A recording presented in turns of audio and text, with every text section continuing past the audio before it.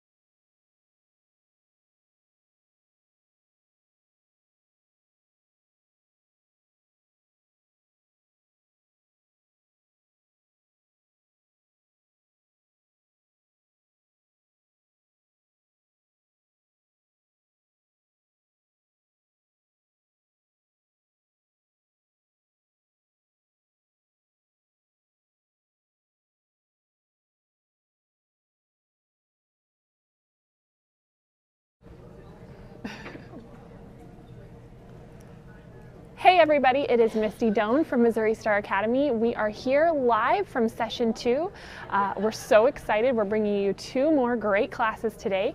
So if you are not familiar with how this works, we offer this amazing opportunity for quilters to come to Hamilton, and we have classes throughout the day. You rotate through for 2 days and learn all kinds of wonderful new tips and techniques and amazing things from all these designers in the industry. So first up, we have a class from Chris Hoover. She's calling it I've Got Your Back. She's from Island Batiks, and she's going to cover creative ways to use leftover fabrics to make cool backings that you maybe haven't thought of before. So I'm super excited. She's going to get started in just a few minutes, so get comfortable. It should be about an hour-long presentation, and then when she's done, we will hear from, I lost my notes.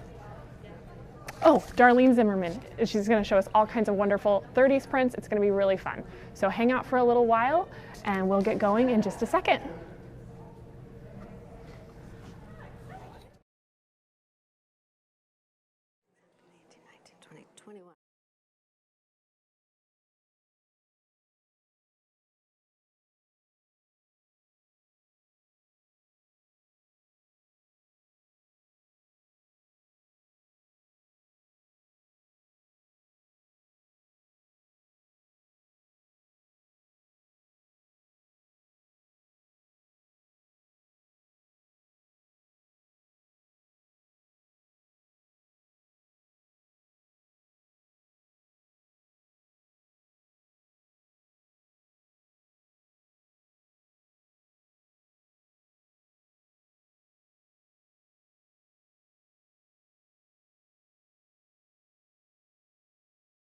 You see some beautiful quilts, absolutely gorgeous. You'll be inspired. I said you'll be inspired if you go to the talks. Sue Daly and Jenny, fabulous. We had so much fun. That was wonderful last night. So funny.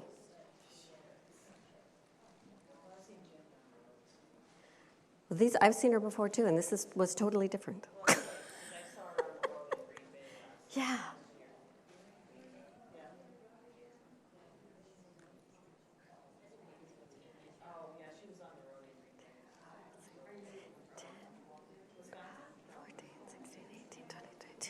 $14, $16, $18, $20, $24, $25. I think we're here.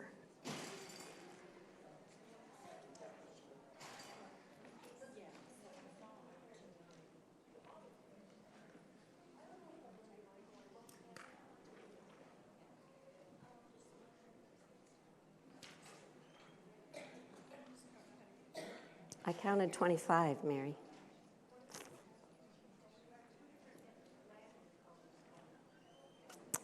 We do? Oh, we do. That's okay. It's big enough for everybody. Where are you ladies from? Oh, my gosh, I'm from Minnesota. Lived in Indiana for half my life. Mississippi? I have not been there. Wisconsin, I go through there to go to Indiana all the time. Missouri? Kansas? Texas. I go there every year. Yes. How about you ladies? Where are you from? Minnesota? Where? Woodbury. Woodbury? I know you're out of the same club. I am. Colorado. Where? Centennial. My son lives in Denver. Las Vegas. Las Vegas? Missouri? Fort Worth. Fort Worth, Texas? Virginia? Arkansas? Pittsburgh. Where else? Anywhere? Tennessee? That's pretty. How about Chicago? Washington? Wow, you guys came a long way. Still got a few more minutes, right? I'm from central Minnesota. I'm happy to be here. It's still snowing and cold up there. I don't want to go home. You guys got snow.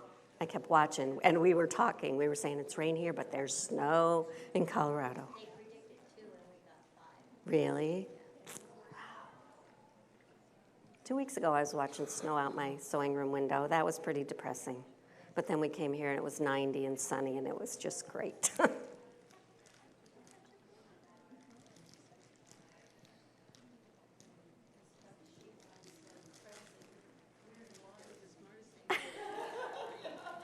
We had a really hard February. It got to the point where I could not shovel the driveway. I couldn't lift it high enough to get it up off the driveway. And when I was backing my car out, and I drive an SUV, so I'm sitting up high, I couldn't see out in the street because that's how high it was at the end of the driveway. So I was totally done with the snow. Yes, it was terrible. Terrible, terrible.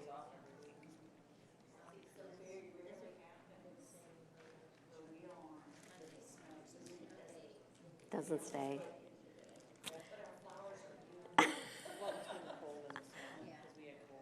I was going to plant my window boxes before I left, and it's a good thing I didn't because it was 36 and it frosted, and it's just terrible. So I was really glad I didn't do the flowers. What? We think everyone's here? I got to wait for the signal for me to start. I'm good to go? I'm good to go. All right. Welcome, everybody. Are you really happy to be here? Yes, it's sunny, it's beautiful outside. I am Chris Hoover. I have a pattern company called Whirligig Designs. I'm from central Minnesota.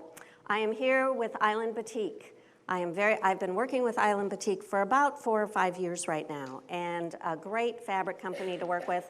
I am a batik lover. That is my favorite fabric. That's my go-to fabric. Most of what you are going to see here is all out of batiks, and I started working with them.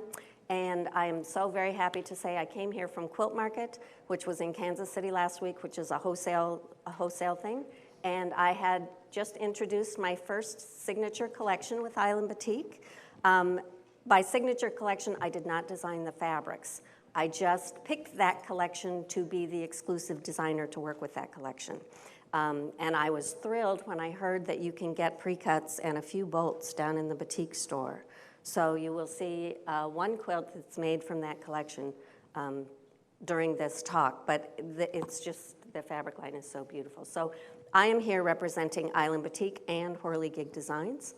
I'm going to tell you a little bit about me, how I got started in the business. Back in 1989, I met a woman, and she had kids that were the same age as mine, very young, and we decided we were going to get together once a week and sew.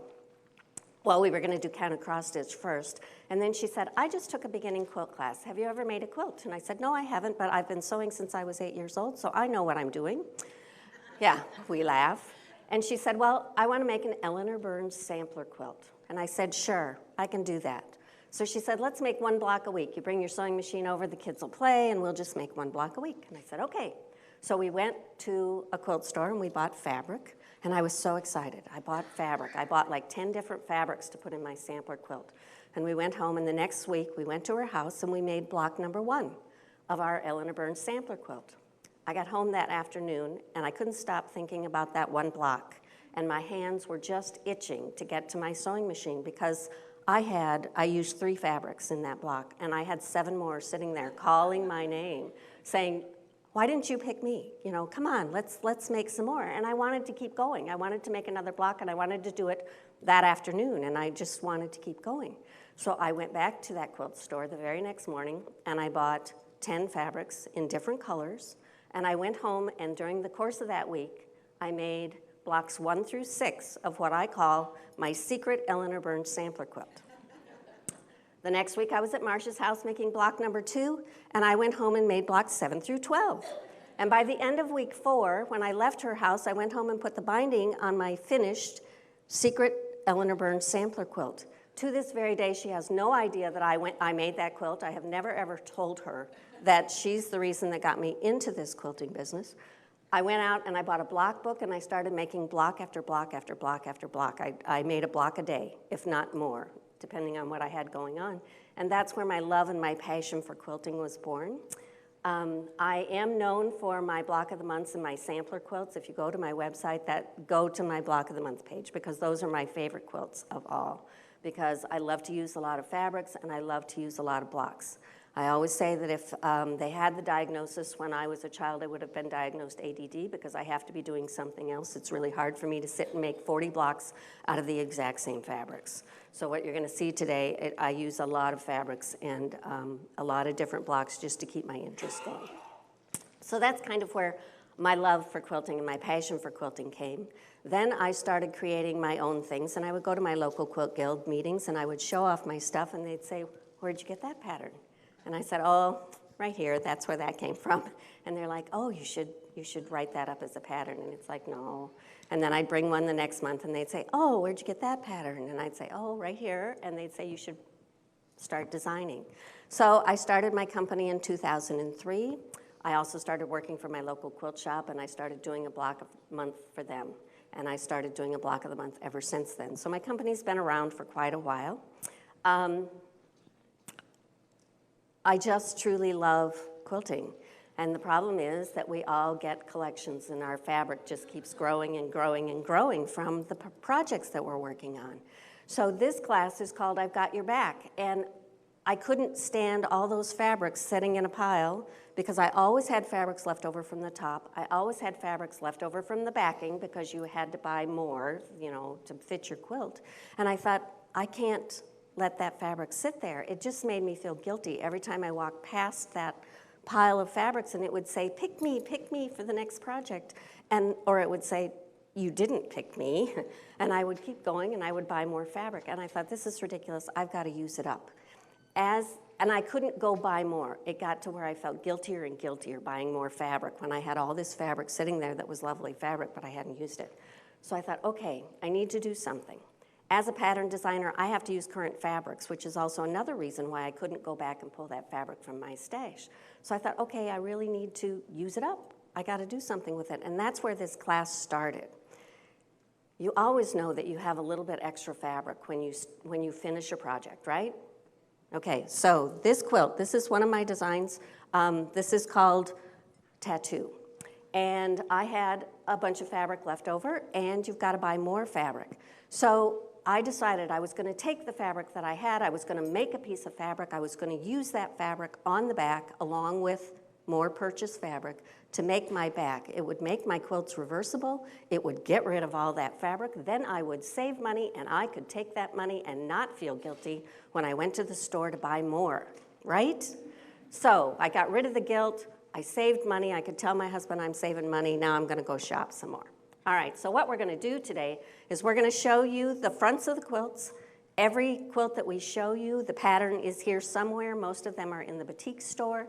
A couple of them are in the JCPenney store I saw yesterday, but you'll see them around here, but you can get everything. We're going to show you the fronts. Everybody get your phones out. We're going to show you the backs and what I did with the back. So this quilt is called Tattoo. It comes in 2 different sizes. This is the largest size in the quilt pattern. This is the smallest size.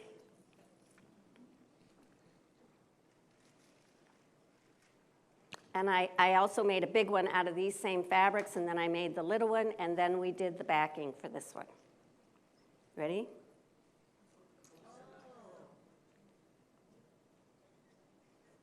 Yeah, come on.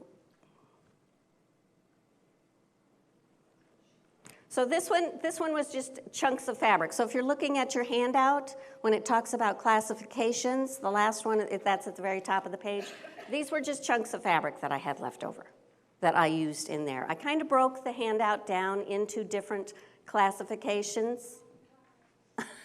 You can stay if you want to. What, they're leaving. You can, just chunks that I just laid out and put together. You need a design wall after you get, I'll explain that a little bit later in the class, but these are just pieces left over. All right, this next one, that pattern I believe is in the batik shop. This next one is called Smoky River, and I'm probably most well known for this quilt. It's been around since, I think, 2010. My husband thinks that every quilter in the country has 3 of these, that you all buy one and forget you've got it, and you buy another one and you buy another one. This was designed with the original Stonehenge fabric, and Stonehenge is celebrating their 10th anniversary this year. So this is the original one. The pattern's been redesigned several times to accommodate the changes in the Stonehenge fabric. All right, you can turn it, ladies.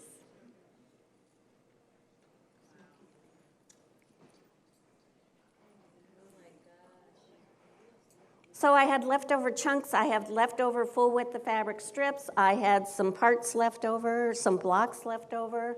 You can use just about anything on the back, and don't be afraid to use anything on your back because it will work. It will work. There's even some chevrons down there at the bottom from the front part of it. Some squares over there from the 9 patches. Thank you. This is called Smoky River. Yep, just fold them up and...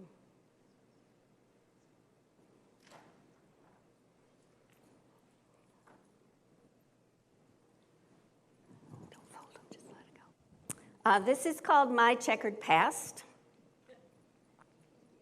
This pattern is in the JCPenney store. And this one I did for Timeless Treasures. They sent me a whole lot of fabric left over, and I was under a deadline to get this done for Quilt Market, so I didn't have time to use all the little bitty pieces that I have used on the backs of the other 2. So I just used fat quarters for the back of this one. So if you buy coordinating fat quarters when you're shopping, this is an easy way to do it if you don't have time to do all the little bitty piecing. I always tell people when you buy your backs, if you're going to do this method, you can probably cut off anywhere from 1/2 yard to 3/4 of a yard of whatever the pattern calls for. So if it calls for 3.5 yards of backing fabric, buy 3 yards. If you're really worried that you might not have enough, buy a couple of fat quarters, because we always use fat quarters for other projects. So you can do that. But I never, ever tell people to buy fully what the pattern calls for if you're going to do this method. So do you plan from the center out? Because I noticed the last 2, the center's there and you work either side of it. We'll get to, that's going to be part of, after they show you the quilts, we'll get to that. This one is called O Tannenbaum.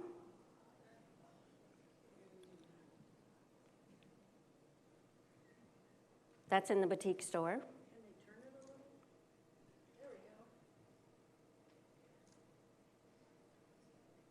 And you have some kind of odd-shaped pieces with this one, left over from the trees when you cut the trees. So that's what's down here at the bottom. These are left over from the big trees, and this is left over. These pieces are left over from the little trees. So that one in your classifications would probably be the pieced width of fabric strips or chunks. Some of these fit in a variety of the categories that are listed on your sheet.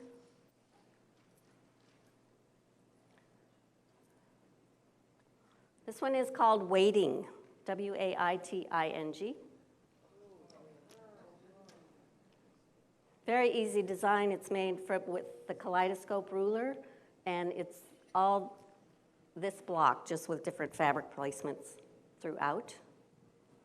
You said it was called Waiting. Waiting, like waiting for spring. I'm still waiting for spring.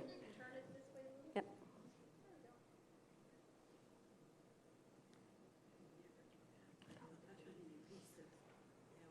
And I had some extra blocks when I was playing, so that's where the backing came in and the chunks. And I also went to my stash and pulled batiks out for this one, so I didn't go out and buy any backings for this, because I love batiks, I collect batiks, so they're just kind of You know, you won't find every single one of those fabrics on the front, but they went. And you can do that. Waiting, W-A-I-T-I. Okay, so let me explain the backs. People have asked me to write patterns for the backs.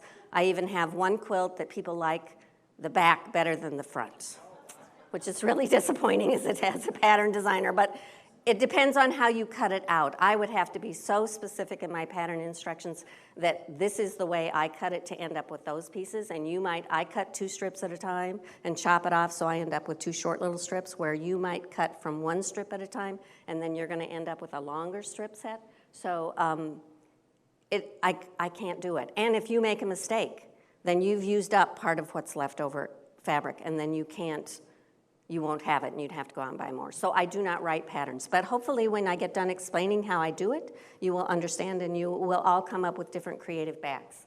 So this is the one that's from my signature collection, my latest one, and I just used big chunks of that collection for the back, but this pattern is called Cullinan.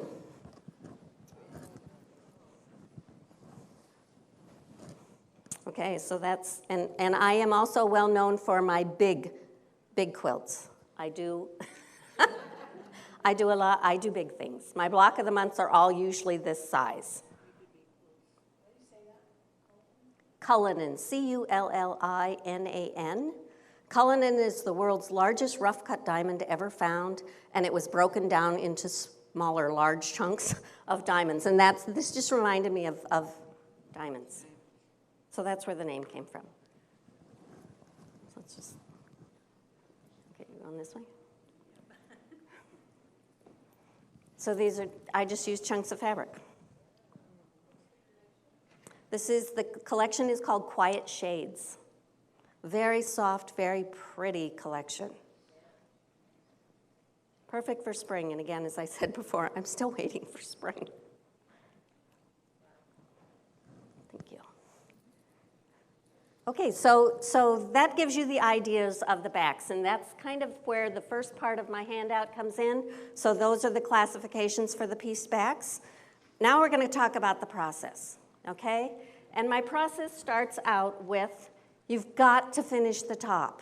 Completely finish the top, okay? Because you don't want to start cutting into fabric and piecing it on into all that lovely piecing and then find out, oh, I'm short 1 cut. And now it's in the middle of this very beautiful piece of fabric that you've created, and you need 1 square, and that fabric is in the middle of that chunk of fabric you just created, okay? So you have to finish the top before you start the process at all. And sometimes your hands are itching thinking about it, thinking, oh, I could just sew these together or whatever. You've got to finish the top.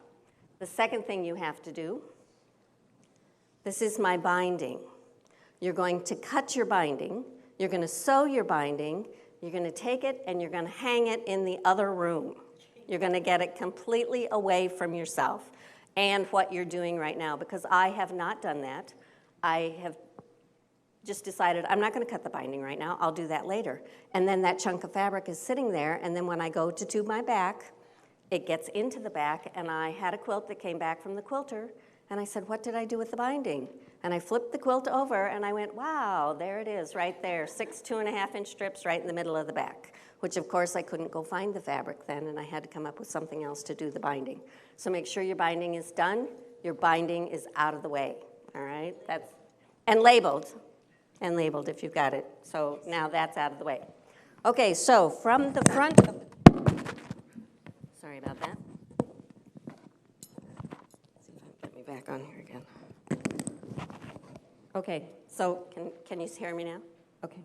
So from the front of the quilt, I take my pieces. This is what I had left over from this piece, okay, from my cutting, my individual cutting.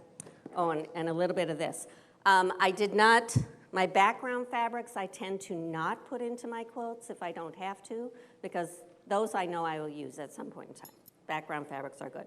So most of these are just the other fabrics that are in here. This is my leftover fabrics from the fabric cuts that I originally had for the quilt. This adds up to 29 inches right here. So I have, if I sew all these together and don't worry about any of these little pieces, I have 3/4 of a yard of fabric right here that I can put on the back of the quilt. I will tell you as a pattern designer, when I write my patterns, I give you extra fabric because I know you're not going to get to that quilt tomorrow. If you're like me, you're not going to get to that quilt next month. You're not going to get to it next year. The last one I did, I finished one up that I've had for 19 years. I finished it up last fall, and you can't find that fabric again, right? So I give you one extra strip, and then I round it up to the nearest eighth of a yard.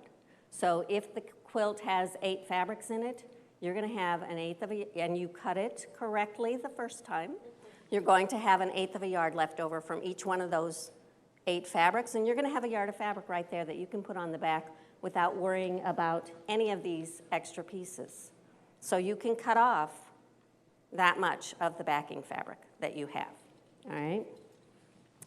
So, looking at your sheet, the process. Step number 1, finish your quilt top, cut your binding, set both aside, out of the way. The questions you want to ask yourself when you are doing this process is how small of pieces do you want to sew together? How much time do you have? Sometimes I have lots of time, and I just sit and randomly sew them together. If you don't have a lot of time, then you're probably just going to want to use those full strips and sew those together and be done with it. So how small do you want to go? Do you have any stash that will work with your project? Can you go pull fabrics out? We tend to work in colors that we like, so there probably is something in your stash that you can pull and put together with that backing fabric, so you would have less fabric to go out and buy. And basically what we're going to do is we're going to create either pieces of fabric, you know, strips, full width of fabric strips, or we're going to create a big piece of fabric. So we're going to get to that. Second thing you want to do is you want to analyze all these pieces that you have cut left over, okay? So this quilt has a lot of 1.5 inch strips in it. These are all my 1.5 inch pieces. So I know I'm going to sort these, and I'm going to say these are 1.5 inch pieces. They're all going to fit together, and I'm going to sew these together. You've got a lot of 2.5 inch strips right here. These are leftover 2.5 inch pieces. So I know I can sew these together, and I can come up with sections made out of my 2.5 inch strips together. This is 4.5 inch squares that came from the middle.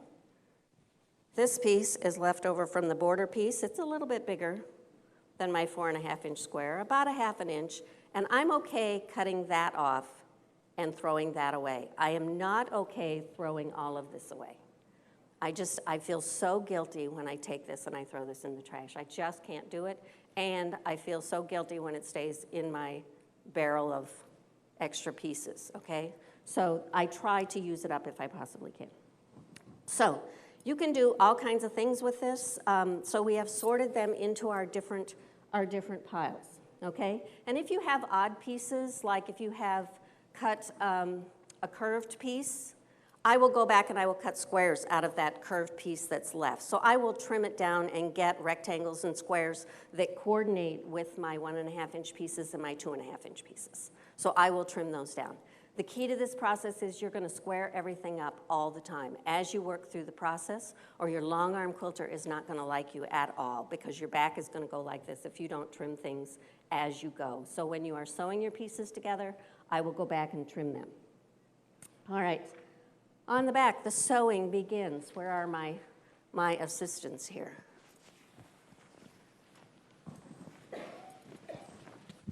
So we have pieces left over from another quilt that I made, and they're going to kind of show you my thought process. I had some rectangles that I trimmed the corners off with the folded corner thing where you put the square on there, you sew on the diagonal, and then you cut it away. So I had some things left over, so I sewed the triangles together either to the rectangles like Sherry is putting up here, or the half square triangles like Mary is doing over there. Then I will decide how I want to go, what do I want to do? Most of the time, I make full width of fabric strips, okay? So Sherry's just arranging these, how I might sew all my pieces into full width of fabric strips. You can also make, if you, like Mary, my friend Mary, she makes a lot of fat quarter pieces for her backs. So she's gonna, I think she's building some blocks over there to make a fat quarter piece. Now, you can use all of those tiny little pieces in a fat quarter piece, or you can use some of them and add another chunk of fabric to come up with that fat quarter size. But you just basically play with it and sew them together. And I ended up with a piece that looks like this. Okay? So I sewed, these are some pieces like that I just sewed together, and then I had some strips that I sewed together, and I came up with a chunk that looks like this. Now what I will probably do with this is I'll go back and I'll cut it off here, and I will set this piece aside. Then, because I like to work in full width of fabric strips, I will probably divide this into 3 pieces and then sew one on that end and one on that end so that I get a full width of fabric strip. Then I will take this piece and I will probably cut this off and work that in somehow, and I will cut this until I usually only have a handful of scraps left over that I throw in the trash that doesn't go in the backs when I have the time to do them, okay? Then, oh, this is another piece. So I had some big pieces left over, and I just sewed them together. Now this is longer than a full width of fabric strip. So I've sewn all this together, and I will take it, and I will cut it off here, and then I'll have this piece of fabric, which can be mixed in with all of those. So my thought process most of the time is with the fabric strips. I can also put in some blocks in here. If you make a quilt and you decide you don't like that block, instead of ripping it out and starting over again, I just set that one aside. And then those wind up on the backs of my quilts, because the backs of your quilts, the points don't need to be perfect. One of those had a block that was just whacked off because it was laying on my cutting table when I cut something and I didn't realize it was there, so it just kind of got whacked off. So I straightened it up and stuck it on the back. And you didn't even notice it, did you? No, because you're not going to. So we come up with pieces like this. We make sections like this. Then I come along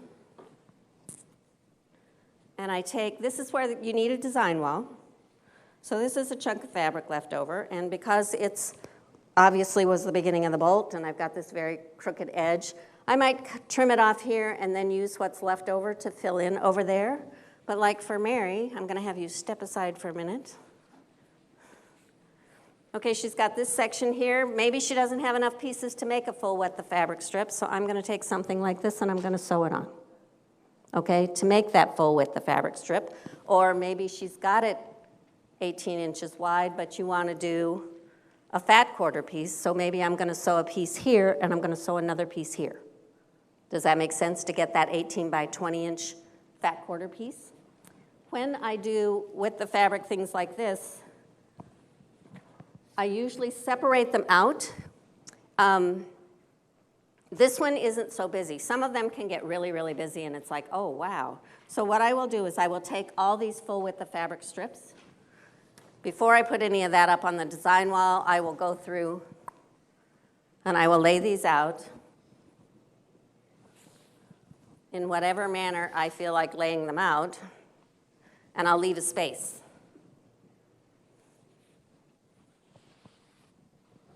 Then I will take the rows that I have made and I will take them back and I will fill in between where I want them. So if I have 2 rows that are 2.5 inches, I'm kind of anal about getting things equal, so I'll put one at the top and one at the bottom.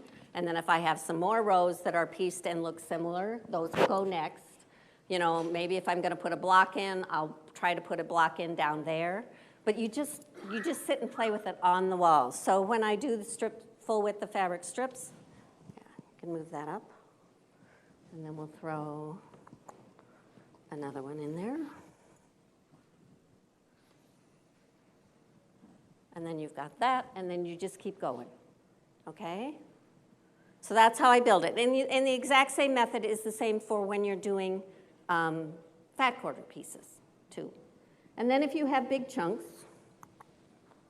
like I have a big chunk of fabric, I could use this as one whole big piece if I wanted to, but I might cut this up, like I said, to go with these pieces over here, and just randomly fit those pieces in to make it interesting. I have had quilts that have been appraised, and they are appraised at a higher value because of the piece backs, because the appraiser said, wow, this is reversible. And she did not look to see if the points matched on the back. She looked on the front, but she did not look to see if it's matched on the back. So it's really, really a fun kind of process to play with. So that's kind of the sewing section. You just keep making pieces until you have whatever shape you want. But again, like I said, I usually go with the full width of fabric strips just because it fits in with my full width of fabric strips. You do want to, as you sew them together, trim them, trim them, trim them. Square it up. Even if it looks a little crooked, square it up, okay? Nobody's gonna notice that maybe your piecing here is not quite straight. But if you don't square it up when you go to sew it into your quilt, it will get crooked. I do measure my pieces so that they are all 42 inches long or 40 inches long if that's what I've got. I even cut my full width of fabric strips so they're 40 inches long, and I pin them as I sew, because we all know we can take two 40-inch pieces and wind up with one that's 40 and a half when you get to the end if you don't pin it, because we stretch it and we pull it. So make sure that you pin it so that it all stays 40 inches when you sew it, and then you'll have a perfectly square piece that you can then put on your back. The step number 4 is putting it together. Where are you going to put this piece of fabric? All right? Try to keep your pieced part of it, this piece, this part right here, try to keep that away from the outer edges of your backing fabric. Not only is it hard for the quilter, but think about doing bindings and going through those pieces as you're doing bindings. I really don't want to do a binding where I've got a seam every two seconds when I'm going through, especially with batik fabrics, okay? So I try to put a bigger section. You need to cut off all that beautiful work you did. Yes. I try to put at least 4 to 6 inches of a plain fabric on the ends of my pieced rows. So because we've got to make it bigger for the quilter, we've got to make it at least 6 to, I try to go with 8 if I'm doing a piece backing. I try to go with an 8-inch extra inches, 4 on each side for my quilter.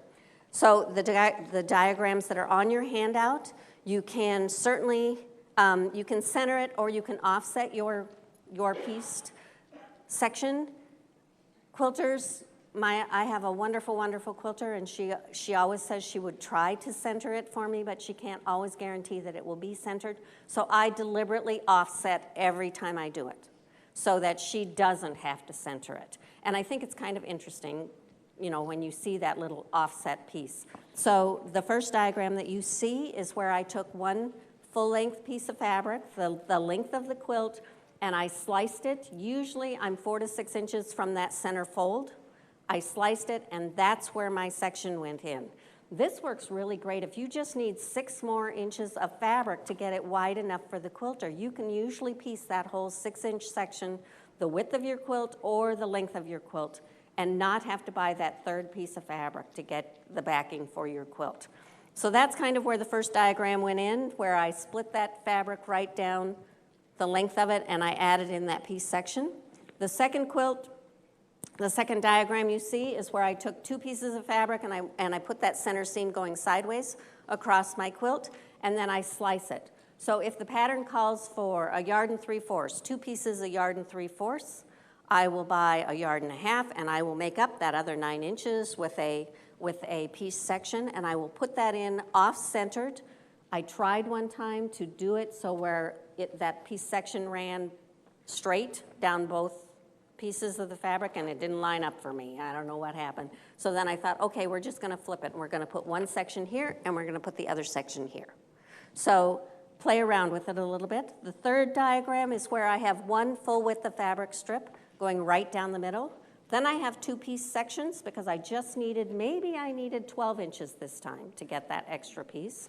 And then I took another piece of fabric and I sliced it on the fold and I sewed it down each side. Okay? The diagrams do not show where I talked about putting this on the end of that. They just show a whole bunch of squares. But around the outside edges of the quilt, you are going to want to have a plain piece of fabric like that there. And the third one is where, again, I just sliced a piece of fabric. I didn't have as much little small pieces that I could come up with. So that's where I took maybe a piece section like this and another piece section, and I just took some other fabrics that I had and put them in the middle. Okay? Do I have any questions from anybody on the thought process? It's a fun process to do if you're at a retreat. You know, If you have batiks, do you always stay with batiks on the back? you don't have to. You can mix things up. If I have fabrics that go with it, why not throw something else on there? You know, you certainly can. You can mix them up. You can put them. You know, you don't have to use all batiks for the front. You can use. Sometimes there are great backing or background fabrics. I love Moda's grunge, and I love to put batiks with it. I just think that grunge is fabulous, and so sometimes I will do that where I'll mix things up. So don't worry about it. You know, you certainly can do that. So I pull things from my stash to go on the back. Very, very rarely do I ever go out and buy the backing right directly with the quilt when I buy the fabrics for the quilt top. And I know sometimes you want that collection and you want those specific fabrics. And like I said, if you do, don't buy exactly what the pattern says. Cut it back and buy extra fat quarters to go with it. So the whole process, the things to remember, as I said, it's fun to do at retreats. I also use a lot of these pieces. Do you know what leaders and enders are? Okay, as you sew, as you chain piece. Okay, so I have this top finished and I'm getting ready to start on another one. I will take these leftover pieces for this. If this doesn't need to go anywhere in a hurry, if I've got time for this, I will set these off to the side of my machine, and then as I'm working on my next project, these pieces become my leaders and enders. And I start sewing these together. And you can, you know, I could take these 1.5-inch pieces and I could sew them end to end, and I would have a lot of 42-inch by 1.5-inch strips, which would then require me to sew all those 1.5-inch strips, you know, together, which could be a little bit mind-boggling. Or I can take my 2.5-inch pieces, because it's easier to sew these pieces together than it is to sew 1.5-inch by 42-inch pieces together. This doesn't seem to take as long. So I certainly can sew all of these, my 1.5s and my 2.5s together, and just keep going. They're not all the same length, so I'm going to straighten that up, but I'm only going to be throwing away these little bitty pieces, and I'll have this whole thing. I can probably get a whole with the fabric strip that is 12 inches long by 42 inches long, just using these and alternating these. I also do not worry if I get down to the end of that pile and I still have purple left. I'll go ahead and sew 2 purple pieces together, even though it's the exact same fabric. Don't feel like you always have to have a different piece of fabric in there. You can sew this together. Nobody's going to be looking at that close enough to say, she sewed 2 of the same things together. They're not going to notice because it's the back, and they're just going to go ooh and ah and think it's absolutely beautiful. So you don't need to go this way, is what I'm saying. Although you can, if you want one whole strip of purple, you certainly could sew those end to end together and use that as one of your extra strips. I do try to sort it and use my full width of fabric strips and mix it up a little bit, okay? But you want to, just to keep the visual interest going. But you can create some really fun things that you don't realize you can create, like all those half square triangles over there. She can do pinwheels, she can do square and a square, you can do all kinds of things with them as you arrange them around. All right, so things to remember. The very first thing is get your quilt top out of the way and your binding out of the way. Don't ever forget that step. Add at least 6 inches to the measurement of your quilt. 8 inches is ideal. Trim at each step along the way. So this one, I didn't trim all these ends off. You know, I just kept sewing. But I am going to square this up before I do anything else with it. So you certainly can sew all those pieces together and then square it up. Just make sure that you square it up, all right?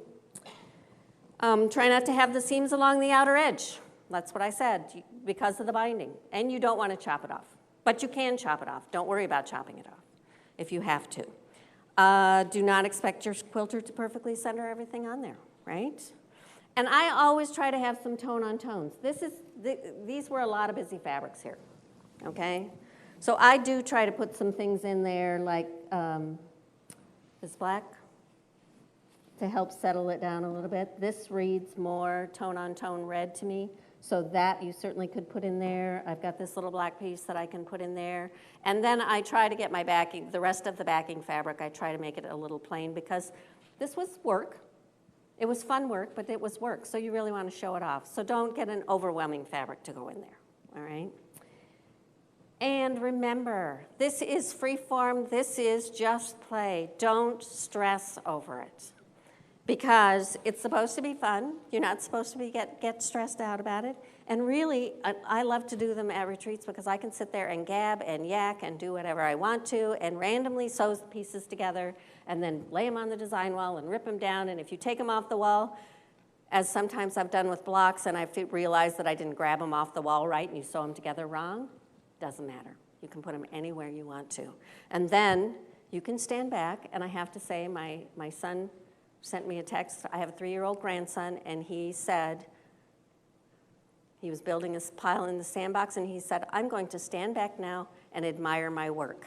And that's what we're going to do. We're going to stand back and admire our work, and everybody's going to admire your work when you show them. When I go to trunk shows, and I always ask for holders and folders, and when I go out and talk, and it's amazing how many of them pull it out and show the back. And I'm like, no, no, no. Turn it around. That's not the pattern I'm selling. You need to turn it around. So it's really, really a great, fun process to do. And you'll use up all that fabric, and you won't be throwing it in our landfills. Right?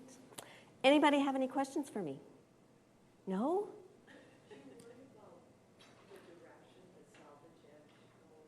No. No.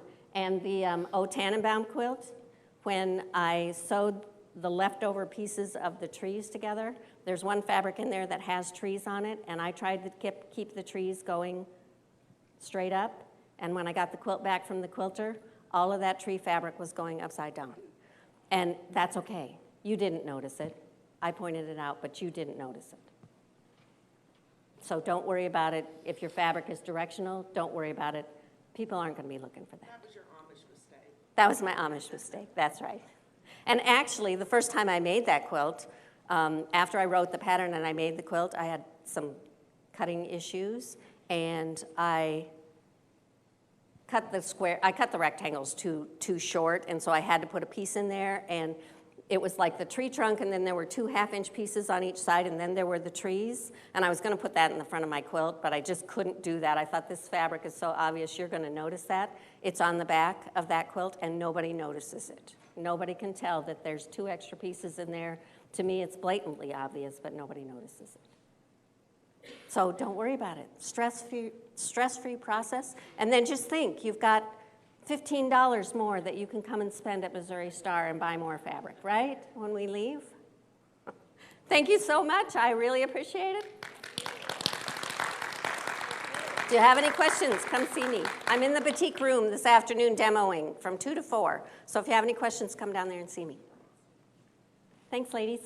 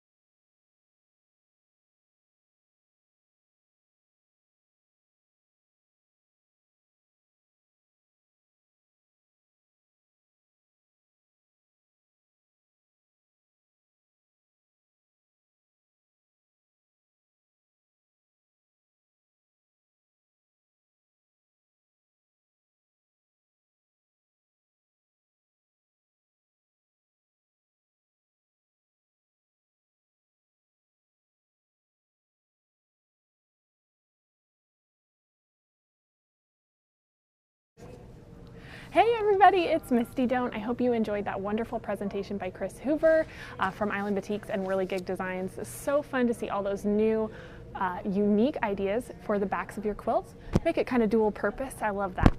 So up next at 11 o'clock Central, we'll have Darlene Zimmerman from Robert Kaufman. So we have a little bit of time to kill. So you might know Darlene from her 30s reproduction prints. And in her class coming up, we'll learn what makes 30s quilts so unique and special, and then she'll share some of her secrets on how to recreate those vintage looks. But I wanted to make sure and mention our events. So what you're watching right now is just a little snippet of all the amazingness that is Missouri Star Academy here in Hamilton. And this is our second session. And so we do all kinds of amazing events to help further your quilting creativity. So we have a few more coming up that I wanted to be sure and share with you. So the next one is our Ginny on the Road in Lancaster, Pennsylvania. That's coming July 11th and 12th. So if you are near there, make sure you check it out. And then we are also doing here in Hamilton a Christmas in July event. That will be July 18th and 19th, like I said, right here, and we'll have some amazing people coming into town, teaching fun things, and just getting you ready for Christmas early. So very, very fun. Then we have another Ginny on the Road in Ypsilanti, Michigan on August 16th and 17th. Then our Missouri Star Birthday Bash, which is our biggest party that we throw every year here in Hamilton, on September 26th through 28th. And then a couple more Ginny on the Roads to wrap up the year. We have one in Bartlesville, Oklahoma on October 18th and 19th, and then one in Coeur d'Alene, Idaho, November 15th and 16th. So there's lots of chances for you guys to get all kinds of quilty goodness, to see Ginny, to come here and visit Hamilton, or to join us when we're in your neck of the woods. So we hope you will take advantage of that. Like I said, if you just got here, we have Darlene Zimmerman coming up. We just finished with Chris Hoover, but we'll just hang out for a little bit. I'll pop in just in a few more minutes probably, and in the meantime, just kick back, get your coffee ready. If you have some handwork that you're working on, maybe while you're watching, that'd be perfect. And we'll see you in just a few minutes.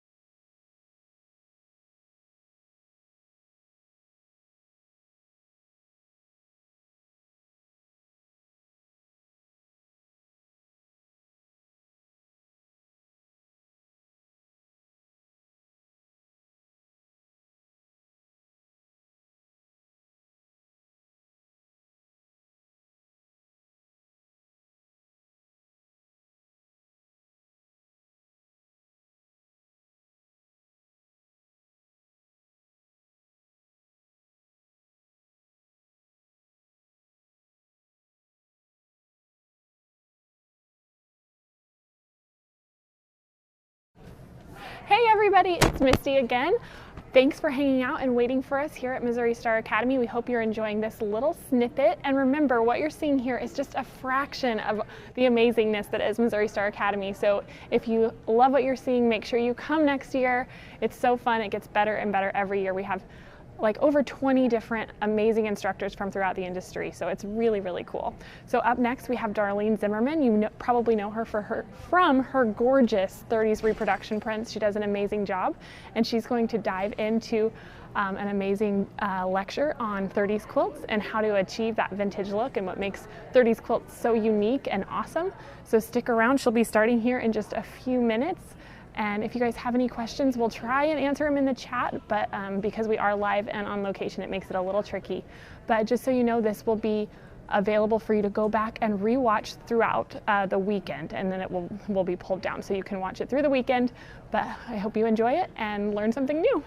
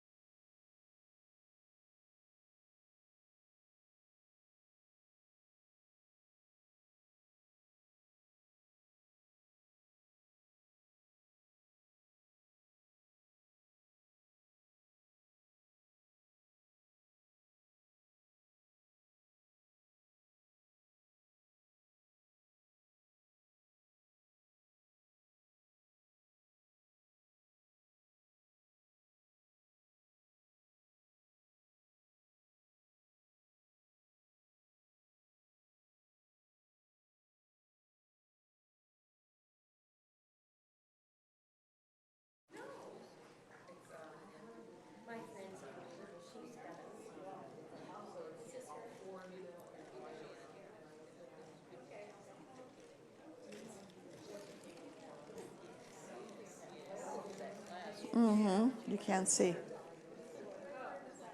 So one more. Oh, she's been here. Okay. So do you think there's more coming, or? Because I have 11 o'clock. Oh, here comes one more.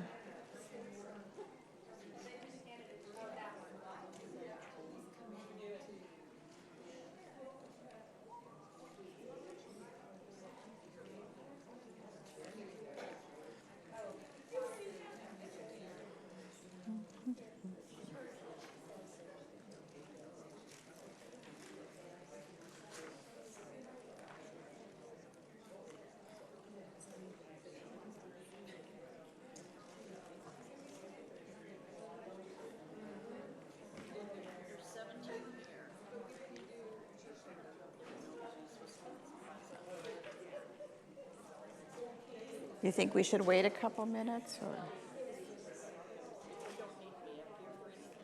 No, I don't need you up here. Okay. Yeah, why don't you?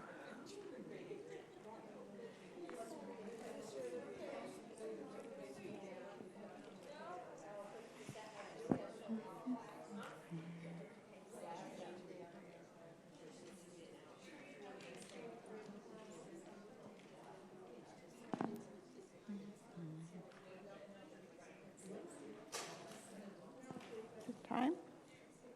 Is it time? Okay.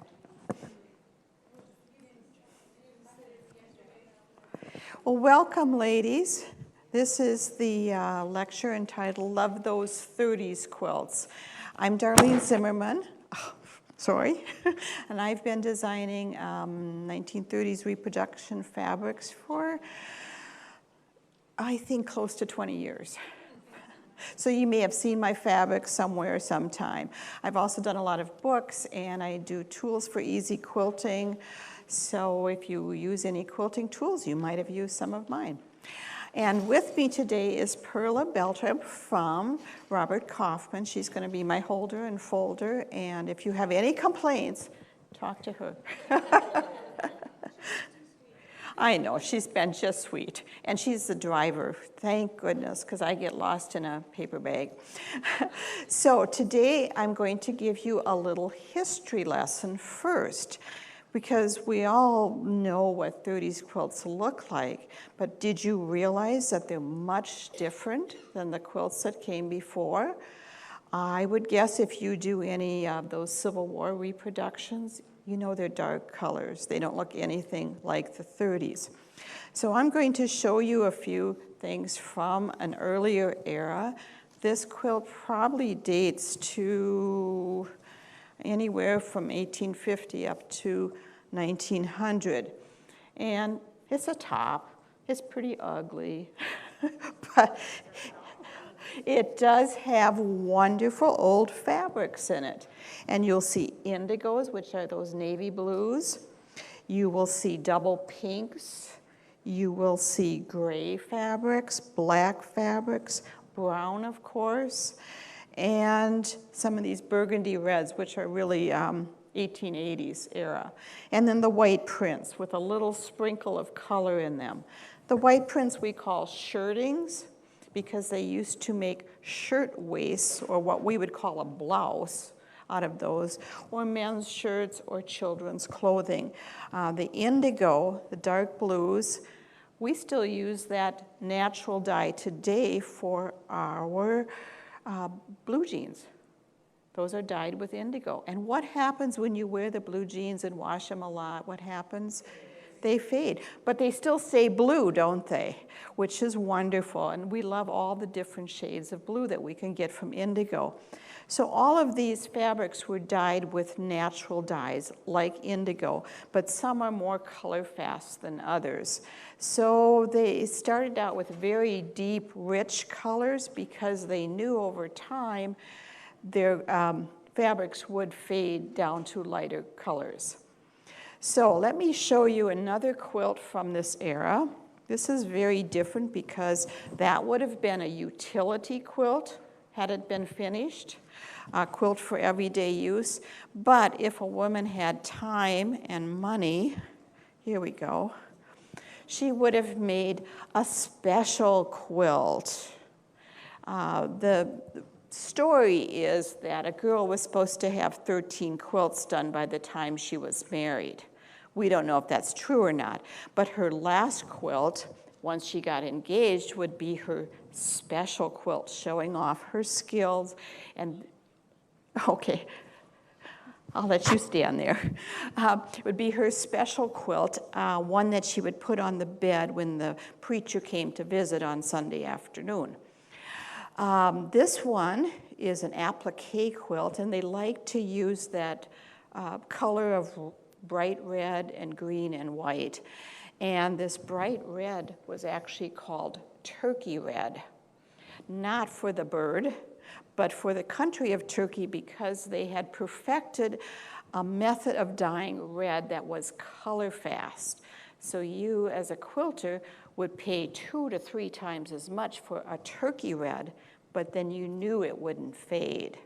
Now green, that's another story. This was once a deep green, but now it's kind of a khaki color, and eventually it could fade to tan. And the pattern, well, she had to make it up herself, because you couldn't purchase a pattern. You had to just draw your own. And so we're not sure if this is Christmas cactus, kind of looks like that plant, but it could be moose antlers, because it did come from Minnesota. Who knows? You can interpret it any way you like. But a wonderful example of a best quilt. And they had to get their quilts made before they got married, because back then your marriage wasn't considered successful unless you had a baby within the first year, and then probably one every year afterwards. So you needed to get those quilts made before the baby started coming. So you can fold that one up. And if you're wondering what women would have been wearing back then, this is an example of a gown from that era. I better not hold it, it's going to interfere with my mic. Notice collar, high collar, long sleeves, ankle length, because you didn't want any of your skin showing, because it might get tan. Horrors, you wanted to keep your skin white, and you wanted to be very modest. You didn't want to show off any parts of your body, like your ankles, heaven forbid. This would be just the perfect thing to wear on a hot day. It's lined, the long sleeves, and of course you'd wear petticoats under it, and then you'd be cooking by the wood-burning stove. Must have been wonderful, huh? This is actually a maternity dress because it has a lot of room to grow in the front, and maybe that's why it survived, who knows. But they would have worn dark-colored or indigo clothing like this, dark blues, blacks, browns. And back then, it was such a chore to do laundry. They didn't have these automatic machines like we did. So an old book tells me that maybe once a month, they would do their washing. Now, this is at a time when they didn't have a whole wardrobe full of clothing. They had 1 or 2 outfits, and you only took a bath on Saturday night, whether you needed it or not, in the wash tub. So, dark-colored clothing would have been very practical for them to wear. Like if you've ever been camping, you don't wear white, right? So dark-colored clothing would have been practical, and they would have worn aprons over this, because when the apron got dirty, they could put on a fresh apron and be clean again, right? So that's one use of the indigo. This is a little girl's dress. Well, actually, it could be a little boy's dress, because they also dressed their little boys in dresses. I think it was just for ease of changing the diapers. Who knows? But this is all completely hand-sewn. If you turn it around, it's got all these little pleats and tucks in there. They spent a lot of time making these sweet little garments, and this is made with those shirting prints that we talked about. So now you know the history behind some of those Civil War reproduction fabrics, a little bit about them. Now, believe it or not, at the turn of the century, those old-fashioned quilts went out of style.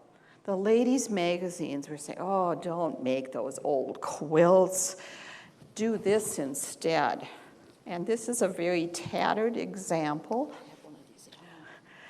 I think you know what it is, right? It's a crazy quilt. And you would use your fancy fabrics, your silks, your velvets, your satins, and then you'd put them together in these odd blocks, put a lot of embroidery on them, fancy embroidery, and even pictures. Like here we have a rose. This is Lily of the Valley. There's a little puppy on here somewhere. What's unusual is normally you would have embroidered those motifs. But on this particular quilt, the artist was a painter. So they're painted on the fabric, and it proves beyond a doubt that there was painting on velvet before Elvis was born. Because that is. And you see what's happening. It's all falling apart, right? Especially the silks. The velvets are pretty stable, but look at this silk has gone completely. And if it wasn't on a foundation, you wouldn't see anything there at all. And that's because back then the silks were weighted with heavy metals, because if you could afford a silk dress back then, and everybody aspired to, they wanted the silk dress to rustle when they walked, you know, like satin does. So they had to weight the silks to make them rustle, and that's what's eating up the fabric. And we can't do anything to reverse it or to fix it. We just have to enjoy them the way they are. And they do tell an interesting story. So that's what was popular around the turn of the century. And it wasn't a practical bed quilt. Would you use that on your bed? No. It was a status symbol to show that you had the time and the money to waste on something completely useless. And then it would be displayed in the Victorian parlor, of course. Now, another fad that you might recognize, because it is popular again, is red work or blue work in this case, embroidery. Embroidery is making a big comeback. And here you have cute little blocks, all embroidered by hand, and they're also signed. So these would have been penny blocks that you could buy at your local 5 and dime and take them home and embroider them. And then somebody put this together for a baby quilt, and they signed the different names as to who made each block. And some of you may remember, I'm going to date myself here, you may remember using your husband's name when you signed something. So I would be Mrs. Donald Zimmerman, and instead of now we use our first name. So that's another way we can date this, is because they use their husband's name in their signatures. But occasionally you find one of the signatures with the lady's first name. And I asked an older lady at an auction where I bought a signature quilt, and she said, "Oh, honey, those were the old maids." Remember that term? We don't use it anymore. It's not politically correct. But this is a lovely example of a signature quilt done in blue work and red work, which was popular around the turn of the century. Now, you can fold that up. Now we come to World War I, around 1920, and suddenly we aren't able to get the dyes we need for our fabric because Germany was the dye producer for the world.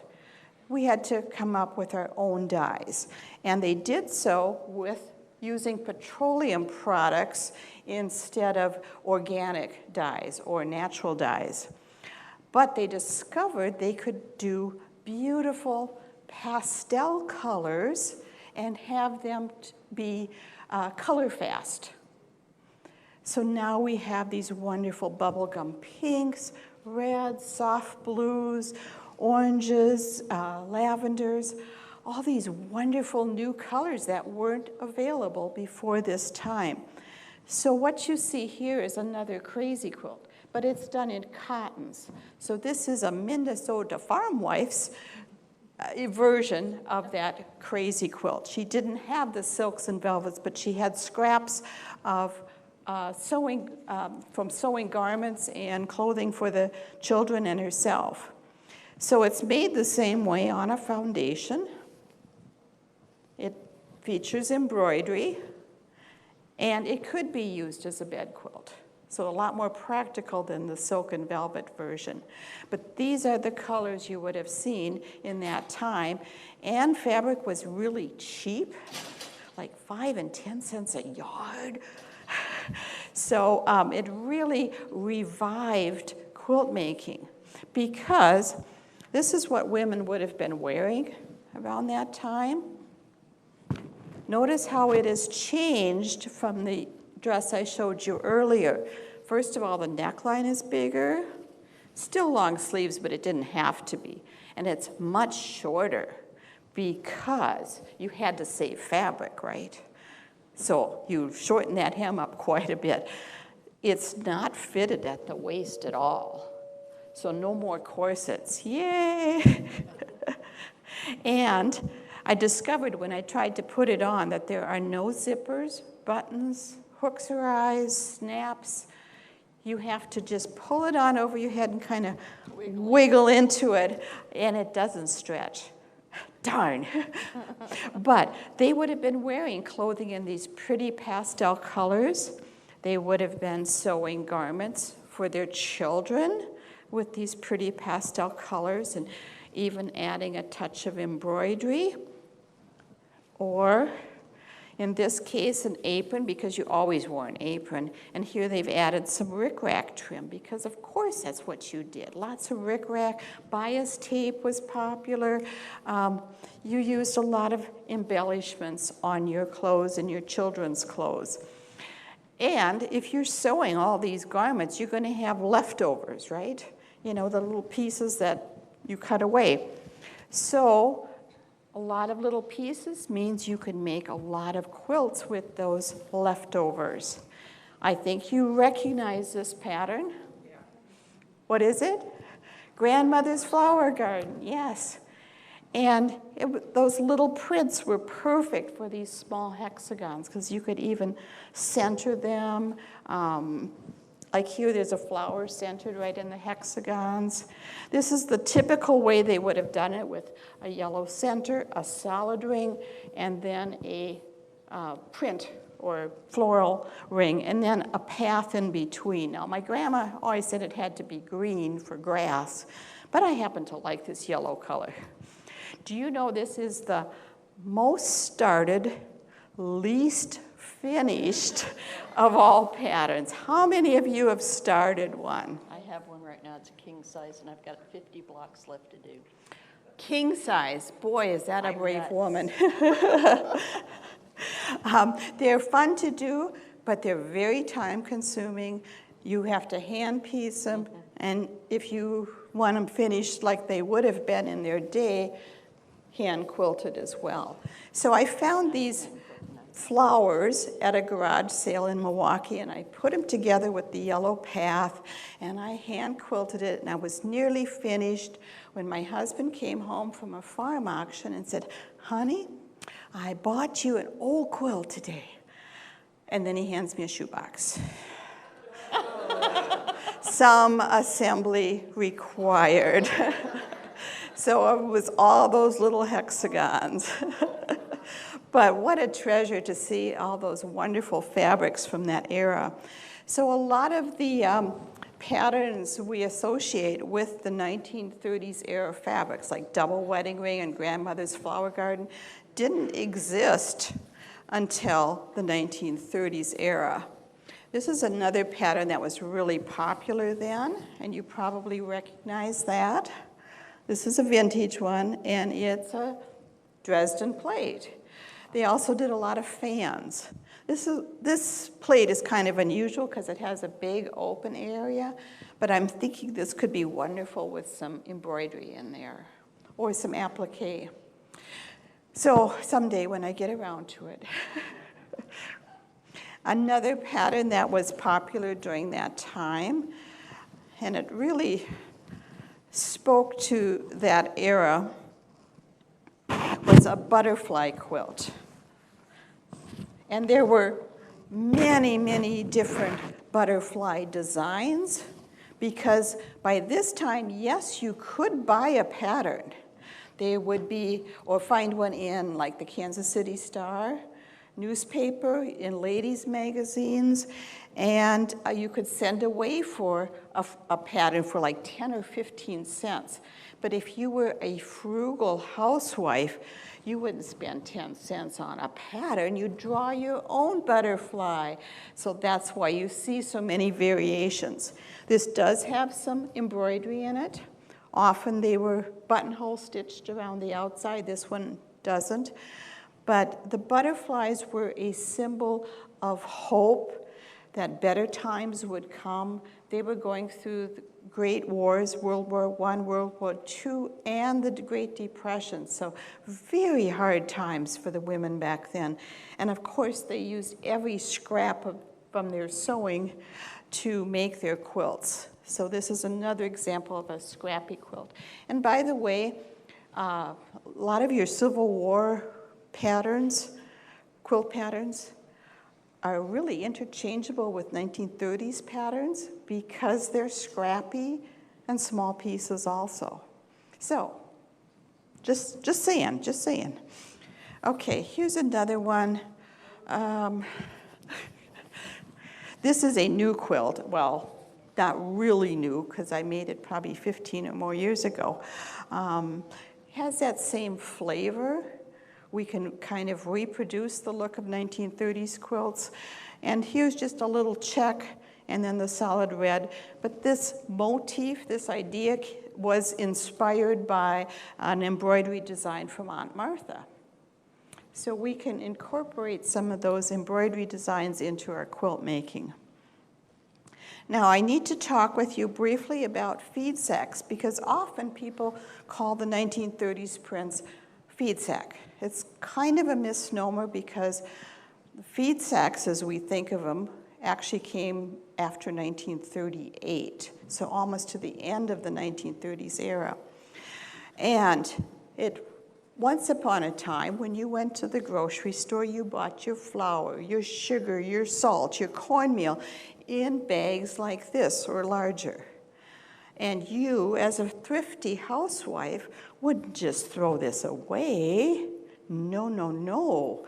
You needed to bleach this out, right? So the recipe that I actually found on an old bag was, first you soak it in kerosene. That sounds really safe, doesn't it? Then you rub it on the washboard with lye soap, the old-fashioned soap, and then you boil it outside in lye water in an iron kettle, and then you can wash it as usual. But it didn't always come out. So that's where we get some really funny stories about, like, men's boxer shorts with self-rising flour on the backside. So we'd still use this, but if you had a choice, wouldn't you rather buy this? It's a no-brainer, isn't it? It was a great marketing ploy by a man from the Kent Seed Company. He said, well, if women are reusing that fabric, let's give them pretty fabric. Well, that's a no-brainer. This was free fabric, ladies. When you open up this sack, and now this is a paper label, so it just soaks off very quickly. And when you open this up, and it is stitched with string, don't ask me why, and it's stitched with a chain stitch, so when you get the two ends on the bottom of the sack, you can just pull them, and it all comes apart very quickly. And when it's open, it is 36 inches wide from selvage to selvage, and 40 to 45 inches long, so about a yard in today's measurement. And the best of it is, it was free. And you use the chicken feed, the flour, the sugar, whatever. Let's say you didn't raise chickens, but almost everybody did back then.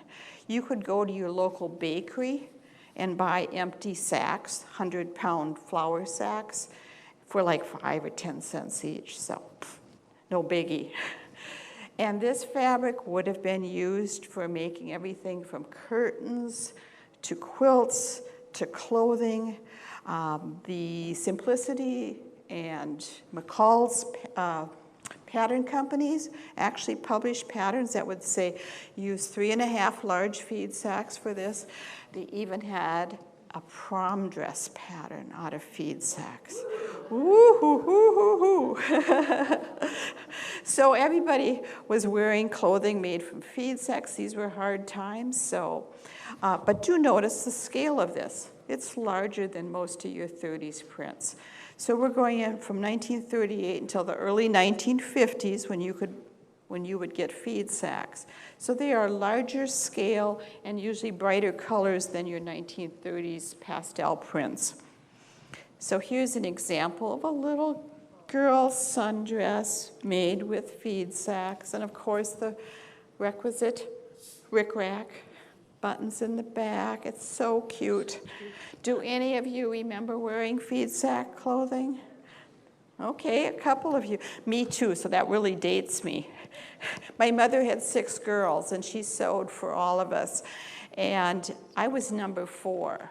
So she would make matching dresses for the 3 older girls, and then lucky me, I got to wear the same dress, you might say, for the next 5 or 6 years.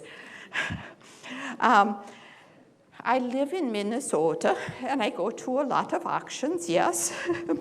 And over the years, I have found a lot of feed sacks. They're still out there. They're still coming to me. And so I had to do something with them finally. And this is one of the quilts I put in American Patchwork and Quilting magazine and offered a kit for it. I had done this a few years previously with a green background, and they told me to expect anywhere from a dozen to maybe 80 orders. And I had 80 orders the first day for that kit. I stopped at 800, stopped counting, but I'm still selling the same kit on my website for the same price, and by golly, I'm still not done with those feed sacks. I think I have just as many as I did before, but you can see the feed sacks in the 4 patches and in this half snowball block. Very simple pattern, but it's a nice way to showcase these fabrics. And because most of them have white backgrounds, I had to put a color with them as the background color to really showcase them and set them off. And this pattern takes 55 different 6-inch squares. And that's why I offer a kit, because I figure most of you don't have 55 feed sacks laying around your house. I do, so I'm sharing them. So you can fold that one up. I brought this quilt along because it shows those wonderful 1930s solids. This is all done in solids, and someone said to me yesterday, well, they didn't have solids back then. Oh, yes, they did. And it was these beautiful colors, this dark blue. I'm going to give you the Kona names for the colors. This is called Evening. This green, which is such a 1930s color, is called Aloe, like the plant, A-L-O-E.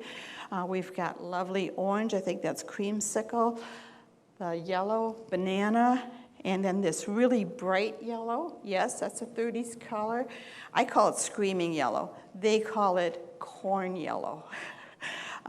We have 2 shades of lavender, and those would be pansy and petunia. There. Lake is the light blue. We have a light pink, which is called baby pink, and a dark pink, which is called bubblegum pink. So I think I covered all the colors.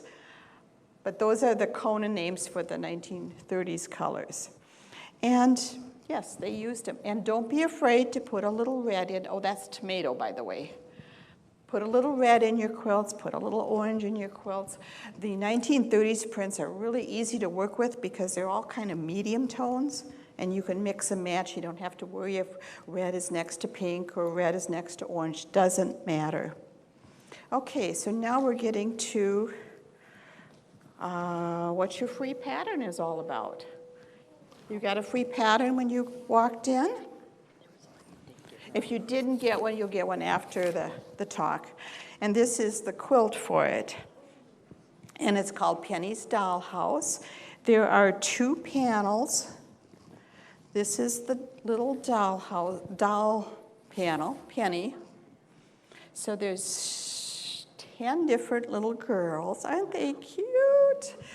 It's like those old paper dolls. And because I think paper dolls are so much fun, I cut out the little girls and used a stiff fusible like you'd use for purses or bags, put fabric front and back, and a thick popsicle just for a little extra sturdiness. So now the little girls can play with the dollies.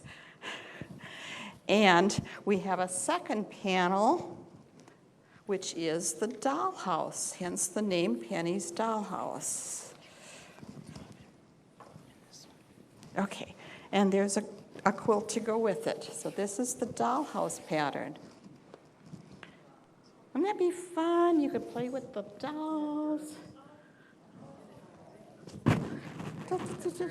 You know, dance them around. Unfortunately, my one and only granddaughter is turning 13. She would say, "Grandma, really? It just doesn't quite go with my room." But just the panel in the center and then some piece blocks with the coordinates outside. So the bundle looks like this. It's got both of the panels in the bottom, and they do have these for sale in Quilters Mercantile. They have the panels separately, they have yardage, and they have bundles, so you can buy it any way you'd like. And both this pattern and the doll pattern, which you have in front of you, are from Robert Kaufman. They're free patterns. Hello, free patterns. So you can get this pattern on robertkaufman.com. The link is at the bottom of the page. It tells you free patterns or something like that at robertkaufman.com. So that is,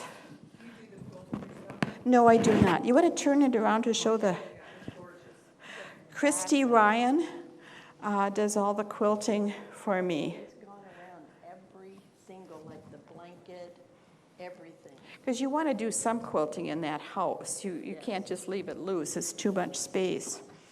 Oh, and then sometimes you get those little 2.5-inch charm packs and don't know what to do with them. You could do something like this. Boy, is that hard. You need a pattern, right? No. And I added a scalloped edge because why not? It just adds a little extra to it. I did do a video with Jenny on how to do these scalloped edges, and I used the Easy Scallop tool, which they have in the stores. So that's just a easy way you can use those little squares. This could be a set of placemats, it could be a doll quilt, it could be a wall hanging, or a little table topper. So multi-use. And you don't even need a pattern for that. Okay, one more thing. This is brand new. It came out at Spring Market last week in Kansas City, and it's a little box of embroidery floss from Orfil. I've been doing a lot of embroidery panels, and so we picked out my favorite colors. They come in these cute little wooden spools. So there's 10 colors in here altogether, and it's your normal 6-ply thread, and it's just wonderful. And that's what I use for my embroidery panels. So I wanted to show that because it's so new. It's not even in the stores yet, but you can look for it coming out. It's through Orfil, and it's called Watercolors, which is also nice to know. Okay, do you have any questions for me? Comments? Yes? I was wondering why so many of those quilts Weren't finished. I know why I don't finish, but back then they had less time and Okay, she's asking, why do I have these old tops? Why weren't they finished? Do you have any unfinished tops?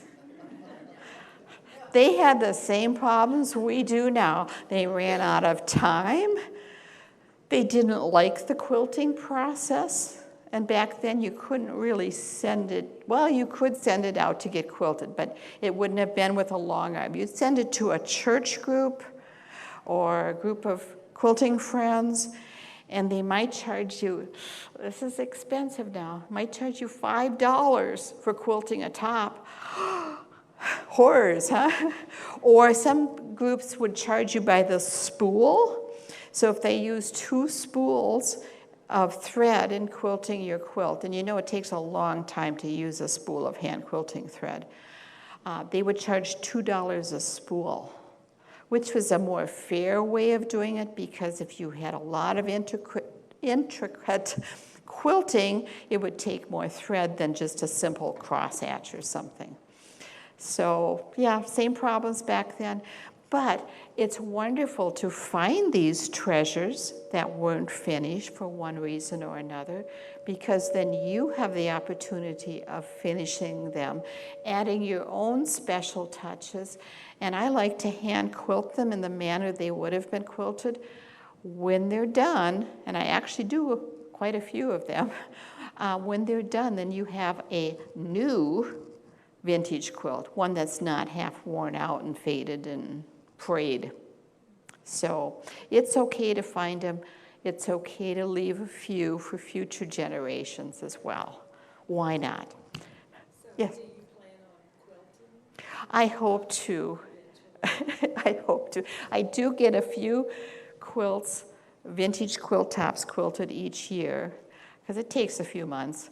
And I think I might run out of time, because I have somewhere around 140 quilt tops. Yeah, I was overambitious in collecting. So I'd have to live a long time to get those all hand quilted. But they're wonderful to look at, and they're a great source of inspiration, not only for fabric design, but also for quilt design, because they were often working in a vacuum and saw very few quilts outside of neighbors and family. So they improvised and did some wonderful things with what little fabric they had to work with. So it is inspiring. Good question. Any others? Yes. Did you say that dollhouse is available here? Yes, at the Quilters Mercantile. Mm-hmm. Okay, she's asking how long it takes me to hand quilt a baby quilt. Not very long, depending on how intricate the quilting is. If you work an hour or two every evening while you're watching TV, it's surprising how much you can get done. Let's say your baby quilt has 12 blocks. You can easily quilt a block a night. 2 weeks, you can have it done. So it doesn't take as long as you might think. It's just a matter of working on it on a regular basis. And, you know, if you watch TV at night or you watch the news, sit down and stitch for a half hour or an hour, and it's surprising how much you can get done. And it's so relaxing to do hand quilting. It's kind of a no-brainer. You just have to plan where you're going to go next. That's about it. Okay, good questions. Yes? Do you use a big round hoop? She's asking how I quilt. I do it the wrong way. I do not use a hoop or a frame. I simply hold it and quilt. And I think that allows me to quilt faster. Now this is a small quilt, so you could scrunch it up in your hand to do the quilting. But on a big quilt, I hold it like a mitt, okay? And I do my quilting. So I'm holding the needle like I'm sewing. I do not rock it. It doesn't work when you don't have it stretched tight. So like I'm sewing, but I can move both this hand and that hand. So it's much easier to get the needle up and down through the layers. So I haven't worn out my wrists yet. And you can feel it on the back, yes. For me, that works best. I do have to baste it really well in order to quilt this way. And I usually start in the center and work out. And I do not quilt everything real tight here and then try and move out. I will do, you know, lines this way and that way, and then fill in the smaller areas. Do you use regular thread or hand quilting? Hand quilting thread. It's much stronger, and it's like it's waxed, so it's much smoother, easier to pull through. And it comes in all colors. So, but I tend to use mostly like an off-white. It goes with everything. And you can match your thread to your quilt, or you can pick contrasting thread if you want your stitches to really show. You had another question here? Oh, well, we have a drawing. Anybody want to win? Yep.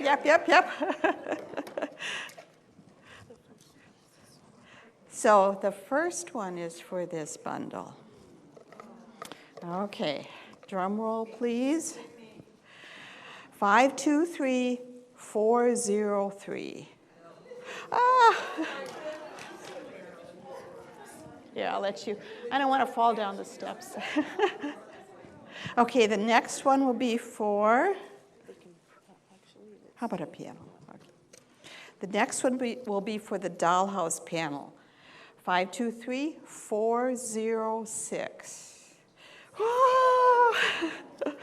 And the next one will be for the doll panel. And that is 523405. Oh, that's you. You were so busy admiring her win. Okay, now we have some fat quarters from that collection. 523413. That's you? All right. Two more. 523408. Okay, back there. And I think one last one. 523410. Okay. You get the last one. It's a beautiful yellow. Oh dear. Okay, I think we're finished and it's just about time, so you get to go play, grab lunch, whatever. Because they, through the window, you're right.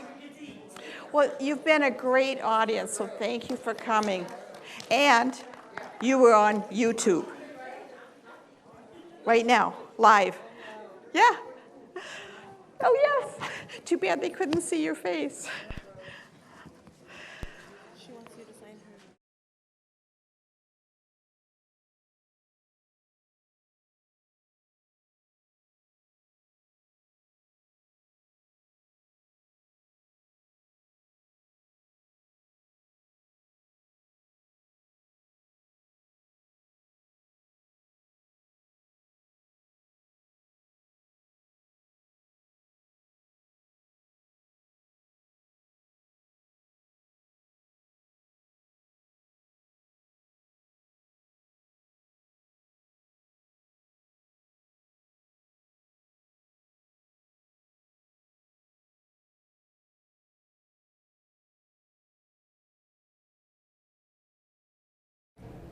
Hey everybody, I hope you enjoyed that presentation by Darlene Zimmerman from Robert Kaufman on 30s quilts.